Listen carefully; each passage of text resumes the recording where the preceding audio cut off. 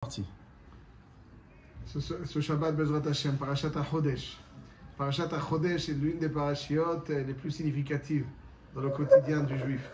On va essayer de voir comment et pourquoi. Dans la Haggadah de Pessah, on dit Yachol mi Rosh Chodesh, Talmud lomar bayom ha'u.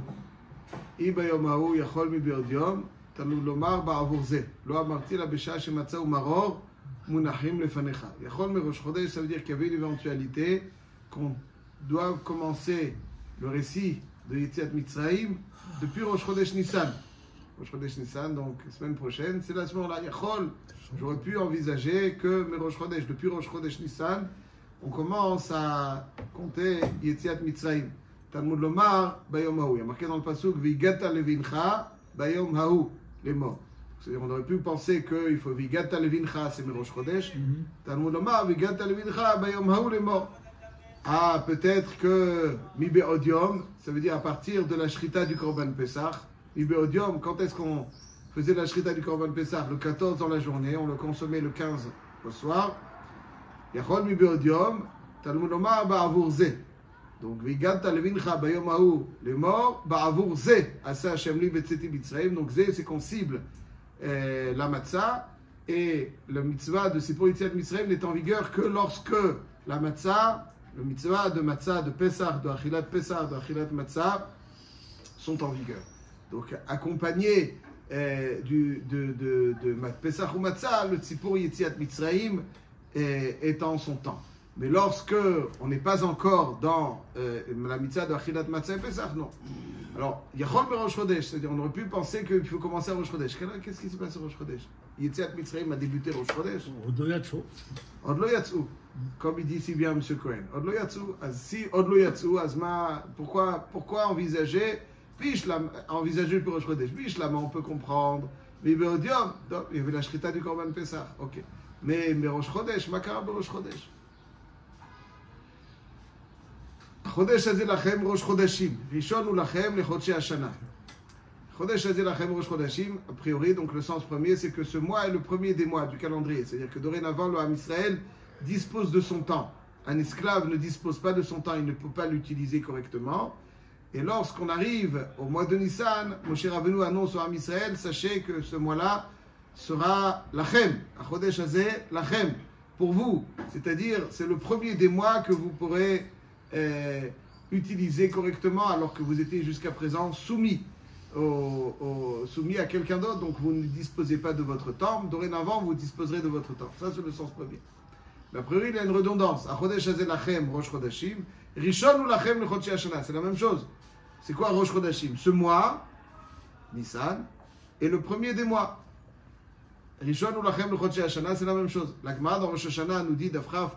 Elle nous dit que Chodesh hazeh lachem signifie Chidush hazeh lachem. C'est-à-dire que Kazer Re'eh Vekadesh. Akadosh Baruch Hu montre à Moshe Rabbeinu, il lui dit, tu vois la lune, quand elle est nouvelle comme ça, vous devrez proclamer Mekudash HaChodesh. On sait que le mois ne peut être entamé dans le calendrier juif que lorsque le Beddin il a déclaré la sanctification du mois, n'est-ce pas? La sanctification de Rosh Chodesh. Rosh Chodesh, donc. Et jusqu'à aujourd'hui, même si on n'a pas malheureusement de Beddin Agadol pour sanctifier, mais à Kolpanim, on a un Chacham qui s'appelait Hillel, pas Hillel Azaken, qui a sanctifié tous les mois qui allaient arriver. En tout cas, ça c'est la première mitzvah qui a été donnée à la nation juive en tant que nation, Kiddush HaChodesh. HaChodesh hazeh lachem, Rosh Chodashim. HaChidush hazeh lachem. À chaque fois, dit Hachem à Moshe Rabbeinu que vous verrez la lune se renouveler de telle façon, vous devrez proclamer Rashi Chodashim. Chidush hazeh lachem, Rashi Chodashim. Pourquoi pardon? Quel rapport avec la Haggadah? Aucune pour l'instant. Ouais. Deuxième question. Alors, il reste à expliquer, c'est-à-dire pourquoi on envisage pareille chose de commencer par la Haggadah, à part Rosh Chodesh, quel rapport? Ouais, première question. Deuxième question.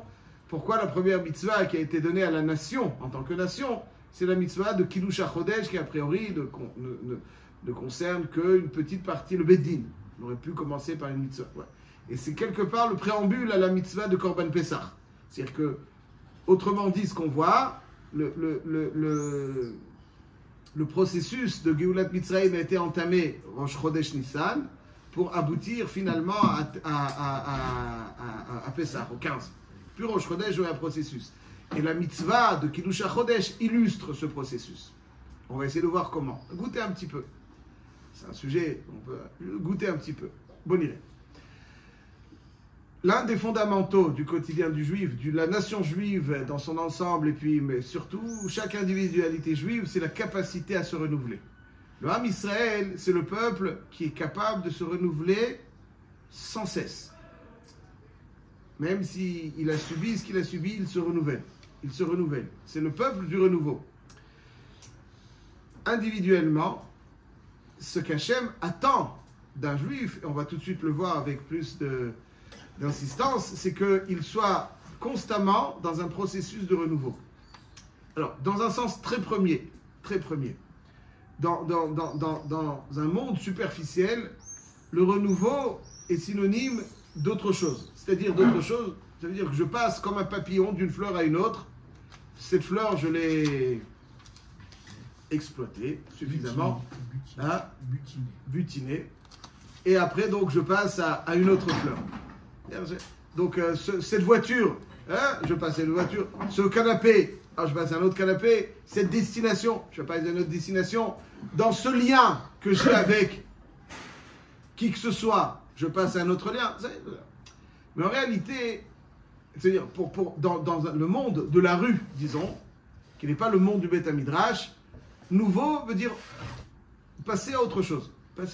Aval dans un monde profond, un Beth Midrash, que ce soit dans un texte, le même texte, on est capable dans un Beth Midrash de lui trouver, de lui découvrir une nouvelle saveur, une nouvelle dimension, une nouvelle profondeur, qui était complètement inconnu. Je veux dire, même le même Pérec, Elou Mitziot, quand est-ce qu'on commence à étudier Elou Mitziot? À l'âge de 7-8 ans. Et bien à l'âge de 40 et quelques, on est encore en train de découvrir de nouvelles saveurs d'Elou Mitziot. Pourtant, c'est le même texte. Chacun, il a donc sa capacité de compréhension. Dans chaque texte, chaque tuila, on fait la même tuila a priori chaque jour. Mais chaque tuila, des fois on dit, j'ai jamais compris. Encore quelque chose. C'est-à-dire la capacité à découvrir dans les mêmes choses, capacité à découvrir une nouvelle saveur, une nouvelle compréhension. Même dans les relations. Ouais. Chez les goïms, ça vend des clients.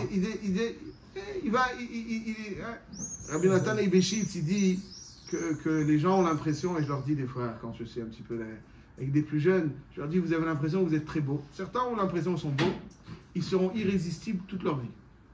Ils n'ont pas besoin de faire d'efforts, vu leur physique, vu leur charisme, vu leur sens de l'humour, ils vont plaire toute leur vie. Ça me fait quelqu'un, ça. Alors,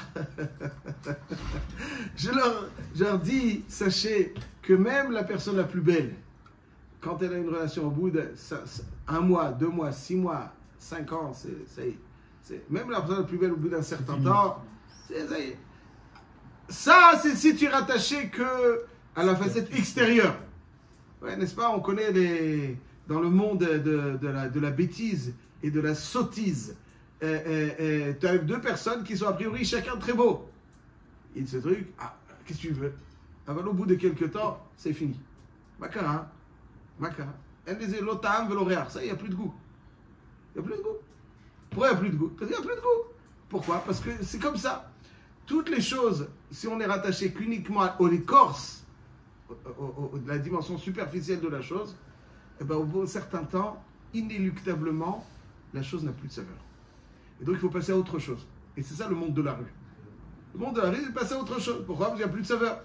Le monde du Beth Midrash, le monde de la Torah, c'est un monde qui est plus profond et qui sait à chaque fois découvrir en un texte, en une relation, même dans une relation, tu crois que tu connais la personne qui est en face de toi, chaque jour tu découvres quelque chose de nouveau.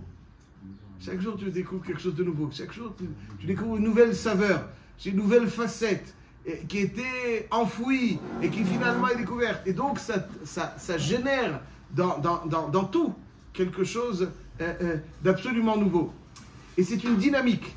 Une dynamique. Un homme doit avoir la capacité à aller dans tout ce qu'il a priori connaît, dans tout ce qui lui est a priori commun.